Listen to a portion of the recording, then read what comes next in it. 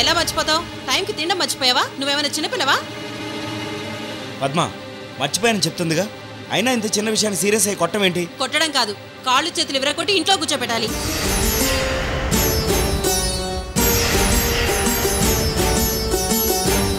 ప్రతి చిన్న విషయానికి ఎందుకింత రాద్ధాంతం చేస్తావు? చిన్న విషయమా? లిస్టు తీసుకొని సరుకులు తెమ్మంటే బయట బాయ్ ఫ్రెండ్తో తిరుగుతుంది, తెలుసా మీకు?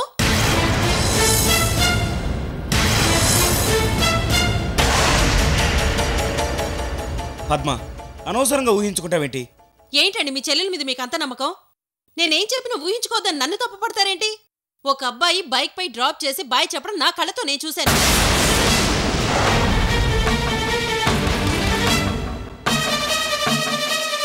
వాడు బాయ్ ఫ్రెండ్ లవరో మీరే అడిగి తెలుసుకోండి. సుబ్బలక్ష్మి, ఎవరమ్మా అతను? అతన్న బాయ్ ఫ్రెండ్ కాదు, లవ్వర్ కాదన్నయ్య, కనీసం ఫ్రెండ్ కూడా కాదు. ఏమీ కాకపోతే మరి ఇంటి దాకా ఎందుకు వచ్చాడు? నేను రోడ్డు మీద కళ్ళు తిరిగి పడిపోయాను, అందుకని. ఏమైందమ్మా? ఫీవర్గా ఉందా? ఫీవర్ కాదు, ప్రెగ్నెన్సీ అయ్యుంటుంది.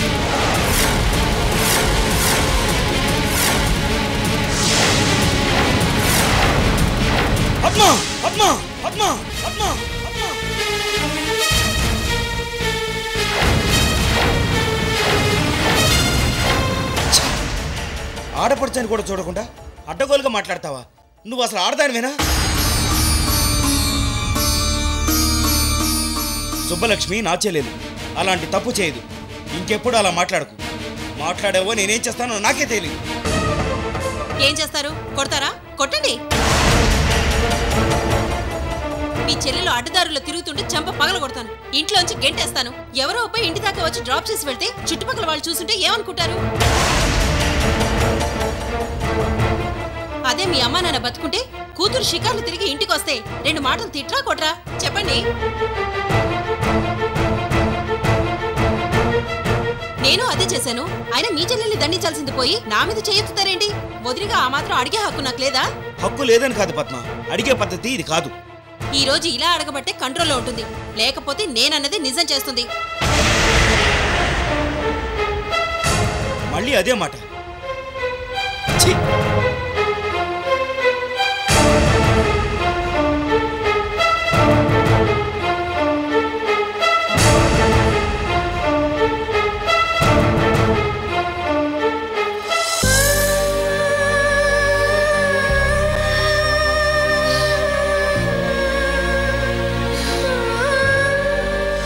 వాడు బాయ్ ఫ్రెండ్ లవరో మీరే అడిగి తెలుసుకోండి.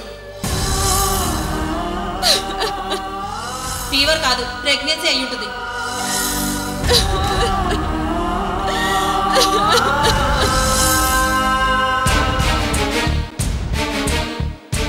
చూడండి, మొన్నెవడో కాలేజ్ ఫీజు కట్టి స్లిప్ రాసి పడేశాడంటే మీరు నమ్మట్లేదు. ఈ రోజు జరిగింది నా కళ్ళతో నేను చూశానన్నా మీరు నమ్మట్లేదు. దీన్ని ఇలాగే వదిలేస్తే రేపు ఏదైనా జరగచ్చు. ఇప్పటికైనా నా మాట విని కాలేజ్ మాన్పించండి. మా తమ్ముడిని పిలిపిస్తాను, ఇద్దరికి పెళ్లి చేద్దాం.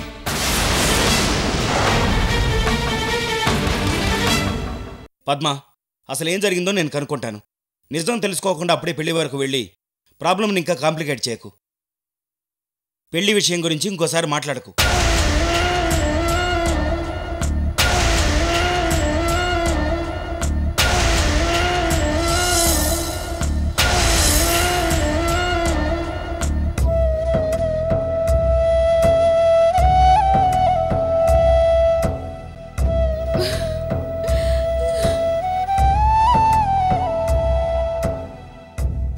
ఏంటమ్మా ఇది?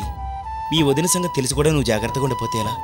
అన్నయ్య, ఆ అబ్బాయి నా ఫ్రెండ్ కూడా కాదు, మొన్ననే పరిచయం అయ్యాడు. నాకు సంజాషి ఇచ్చుకోవాల్సిన అవసరం లేదమ్మా. నీ గురించి నాకు బాగా తెలుసు.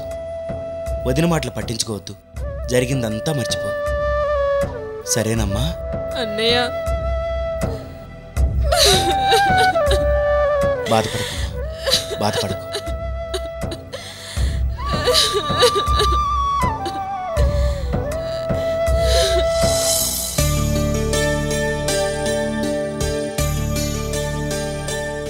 చిన్నగా అబ్బా కదలకే, అద్దంలో ఎంతసేపు చూసుకుంటావు?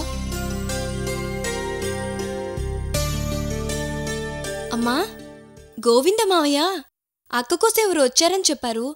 అతనెవరై ఉంటారు? ఎవరో తెలీదమ్మా. మీ నాన్నగారేమో మనం సిటీకొచ్చినా అమృత కోసం ఇంకా ఎవరో ఊరికెళ్తున్నారు, నా పరువు పోతోంది అని బాధపడుతున్నారు. మనం ఊర్లో ఉన్నామనుకుని అమృతక్క గురించి ఏదైనా చెప్పడానికి వెళ్లారేమో. ఎవరేం చెప్పినా మీ నాన్నగారు నమ్మే పరిస్థితిలో లేరు. అవును లక్ష్మి, ఇప్పుడు అమృత గురించి ఆలోచించవలసిన పరిస్థితే లేదు. ఈ పళ్ళు లోపల పెట్టమ్మా.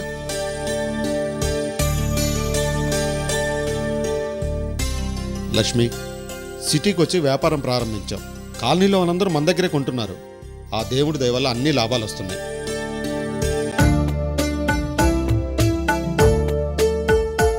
నాకిప్పుడు సంతోషంగా ప్రశాంతంగా ఉంది లక్ష్మి.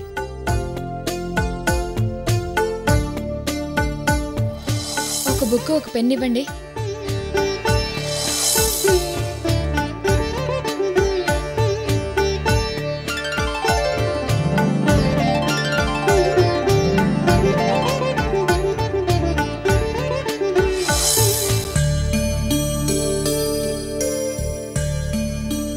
ఏంటి లక్ష్మి ఆలోచిస్తున్నావు?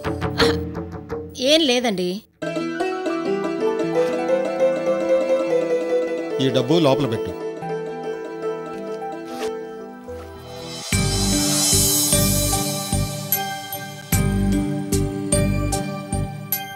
ఏంటి లక్ష్మి అలా చూస్తున్నావు? మీరు కోపం తెచ్చుకోనంటే ఓ మాట చెప్తాను. చెప్పు లక్ష్మి. ఆ రోజు అమృత బోణీ చేసిందని ఇక మనకన్నీ నష్టాలే వస్తాయని చెప్పారు. చూసారా, మనకన్నీ లాభాలే వస్తున్నాయి. అవునండి, దాని అస్తవాసి మంచిది. అందుకే మన వ్యాపారం బాగా జరుగుతోంది. లక్ష్మి,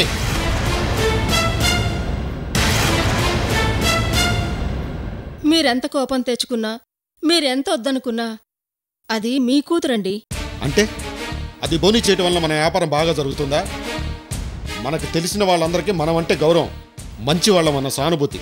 మనం కష్టపడటం వల్ల ఈ లాభాలు వచ్చాయి, అంతేగాని అమృత వల్ల కాదు. దాని గురించి అసలు ఆలోచించుకో. అది చేసిన పని తెలిసిందంటే మన గౌరవం పోతుంది. మన షాపుకి ఎవరూ రారు. అయినా మనం ఇప్పుడు ఆలోచించాల్సింది నందిని గురించి.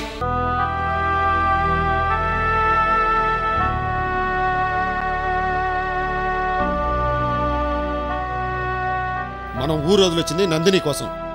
అమృత వల్ల దాని భవిష్యత్తు నాశనం అవుతుందన్న భయంతోనే ఆ రోజు గుళ్ళో ఒట్టయించుకున్నాను. అమృత ఎలా పోతే మనకెందుకు? బిడ్డను కన్నా ప్రేమతో పెంచాం, పాడు పని చేసి వెళ్ళిపోయింది. దాని గురించి వదిలే. నేను ఆడపిల్లల తండ్రిని. ఆడపిల్లలంటే నాకు ఇష్టం. అమృతే కాదు, నందిని కూడా నా కూతురే. నా రక్తం పంచు పుట్టిన కూతురే లక్ష్మి. నా కష్టమంతా నందినికి మంచి సంబంధం చూసి పెళ్లి చేయటం కోసం. అది సంతోషంగా ఉంటే చూసి మురిసిపోవాలని.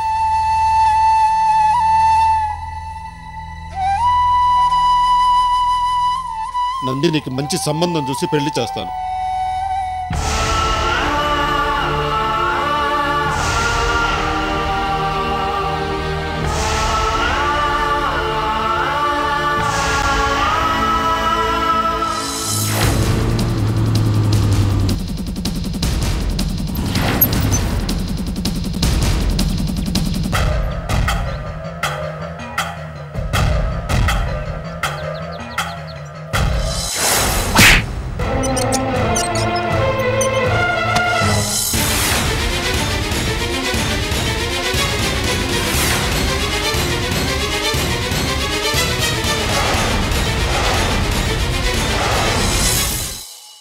సాగర్, రే ఏంట్రా మాట్లాడడానికి కూడా టైం లేదా?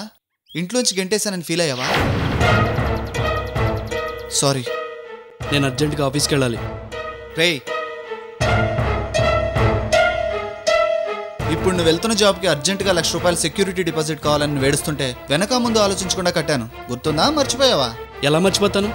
ఆ హెల్ప్ చేసావనే కదా కిడ్నాప్ ప్లాన్ నాతో చేయించి నాకు ఇన్ని కష్టాలు పెట్టావు. నీ కష్టాలతో పోల్చుకుంటే నీకన్నా ఎక్కువగా నష్టపోయింది నేనే. నేనెంత ఫీల్ అవ్వాలి? నీకన్నా నాకన్నా ఎక్కువగా నష్టపోయింది అమృత. మరి తనెంత ఫీల్ అవ్వాలి? అమృత గొడవ తప్ప నీకేం పట్టదా? నా టెన్షన్ నీకు అర్థం కదా? అసలు నువ్వేంట్రా ఇలా మారిపోయావు? నాకు సపోర్ట్ చేయకుండా అమృతకి ఎందుకు సపోర్ట్ చేస్తున్నావు? అందుకే ఆ రోజు కోపంతో నేను ఇంట్లోంచి గెంటేశాను. గెంటేసావుగా, మళ్ళీ పలకరింపులు ఎందుకు? ఫ్రెండ్షిప్లో 100 గొడవలు ఉంటాయి, అంత మాత్రాన ఫ్రెండ్ వదిలేసుకుంటారా? వదిలేరా బాబు, నీతో ఫ్రెండ్షిప్ చేస్తే ఎంత డేంజరో ఇప్పుడు అర్థమైంది. అరే సాగర్, రే సాగర్, అసలు అమృత ఎవరు? నీకేమవుతుంది? తన కోసం నన్నెందుకురా నెగ్లెక్ట్ చేస్తున్నావు? పోనీ తను మీ రూమ్లో ఉన్నప్పుడు ప్రేమించావంటే లేదన్నావు. ప్రేమ కానీ ఫ్రెండ్షిప్ కానీ లేనప్పుడు తననెందుకు అంతగా ప్రొటెక్ట్ చేస్తున్నావు?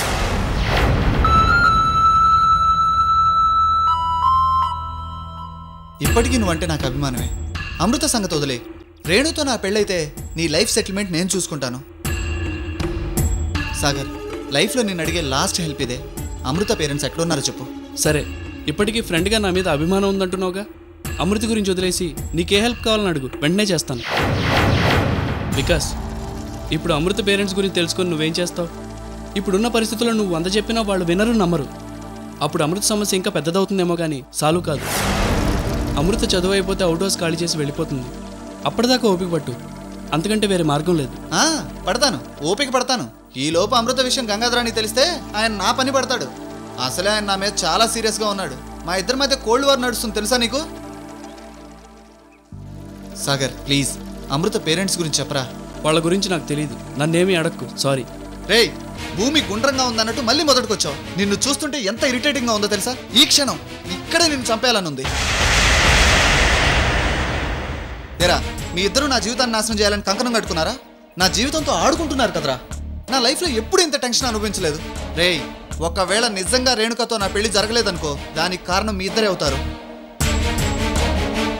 రేయ్, ఆ రోజు ₹1,00,000 సెక్యూరిటీ డిపాజిట్ నేను కడతానంటే, ఒరే వికాస్ థ్యాంక్స్ రా, జీవితాంతం నిన్ను మర్చిపోలేను, నీకేం కావాలన్నా నన్ను అడుగు, అవసరమైతే నీ ప్రాణాలైనా ఇస్తానన్నావు.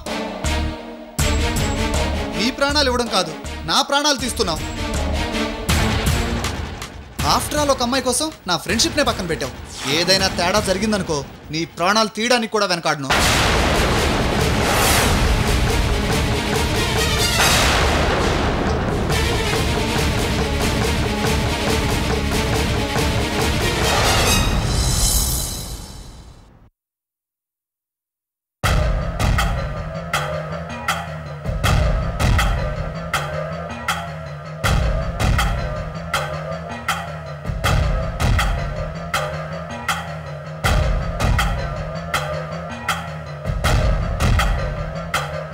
అమృత వాళ్ళ నాన్న సంగతి ఏమైందో ఒకసారి వికాసు ఫోన్ చేయండి. ఆయనతో మాట్లాడి ఒప్పించి తీసుకుని రావాలి కదా, అందుకే ఆలస్యం అవుతుందేమో.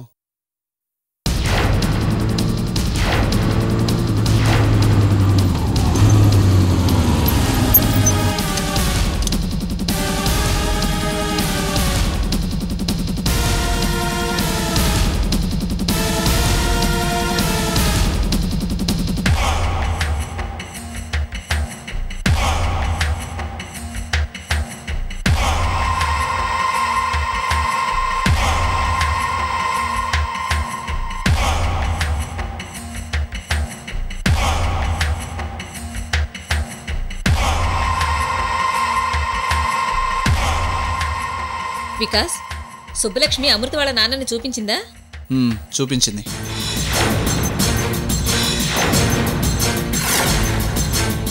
చూపించిందా?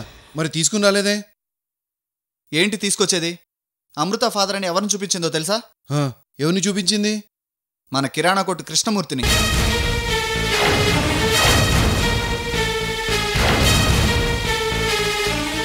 కిరాణా షాప్ కృష్ణమూర్తి అమృత ఫాదరా? ఏంటండి వీడు చెప్పేది? ఆయన ఎందుకు అవుతాడు? ఆయన గురించి ఫ్యామిలీతో సహా మనకు తెలుసు. సుబ్బలక్ష్మి పెద్ద తింగర్ బుచ్చమ్మ, తనకేది గుర్తుండదు. ఆ టైంలో ఏదనిపిస్తే చెప్పేస్తుంది. లేకపోతే కిరాణా షాప్ కృష్ణమూర్తిని చూపించడం ఏంటి? అవును, కృష్ణమూర్తి కొన్నది ఒక్కతే కూతురుగా, మరి ఆయన చూపించడం ఏంటి? తన వెంటబడి నేను టార్చర్ పెడుతున్నానని అదే పేరు గల మన కృష్ణమూర్తిని చూపించింది. లాగ్ కొట్టి పంపించాను. చిచి, అందరికీ వెటకారం అయిపోయింది. అయిపోయింది, అంతా అయిపోయింది. అమృత నాన్నని చూసింది ఇద్దరు, ఒకటి సాగరు, ఇంకోటి సుబ్బలక్ష్మి. చివరికి సుబ్బలక్ష్మి కూడా చేతులు ఎత్తేసింది. నానా, మీరు కాసేపు ఊరుకుంటారా?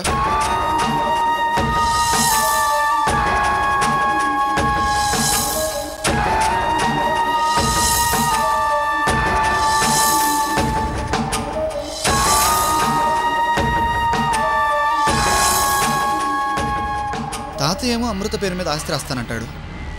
ఆ గంగాధరం ఏమో ఢిల్లీ నుంచి నా మీద ఒక కన్నేశాడు. ఈ అమృత సాగర్ అసలు విషయం తేల్చరు. ఇప్పుడు నాకేం చేయాలో అస్సలు అర్థం కావడం లేదు. దానికి ఒకటే మార్గం, వెళ్ళి అమృతను అడగడం. అది చెప్తే మనకెందుకు ఇన్ని కష్టాలు? ఒక చిన్న క్లూ దొరికినా పట్టేస్తాను. కనీసం ఆ కృష్ణమూర్తి ఫోటో అయినా దొరికితే. కృష్ణమూర్తి ఫోటో దొరికితే, ఎస్, ఫోటో దొరికితే పట్టేస్తాను. ఇప్పుడు ఆ ఫోటో ఎక్కడ దొరుకుతుంది? ఎందుకు దొరకదు? అమృతకు వాళ్ళ నానంటే అమితమైన ప్రేమ, అభిమానం. ఖచ్చితంగా వాళ్ళిద్దరికి సంబంధించిన ఫోటో తన దగ్గర ఉంటుంది. అవును, ఉండొచ్చేమోనండి. మనం వెళ్ళి అవుట్ హౌస్లో తన సామాన్లన్నీ వెతికితే ఖచ్చితంగా దొరుకుతుంది. అమ్మా, అమృత అవుట్ హౌస్లో ఉందా? లేదు, బయటికి వెళ్ళింది. అవుట్ హౌస్ డూప్లికేట్ కీ ఉందా? ఉంది. మరెందుకు ఆలస్యం, వెళ్ళి తీసుకురా.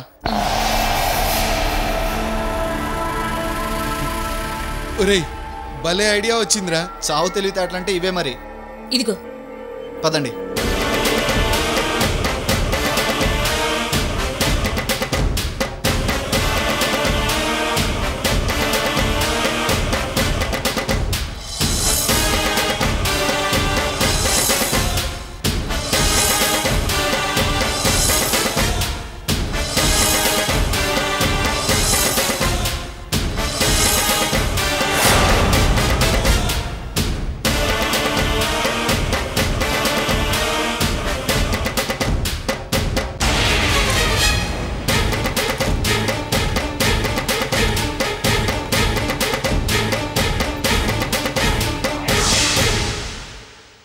నానా, తాతయ్య వస్తారేమో చూస్తూ ఉండు. వెళ్ళు, తొందరగా వెతకండి.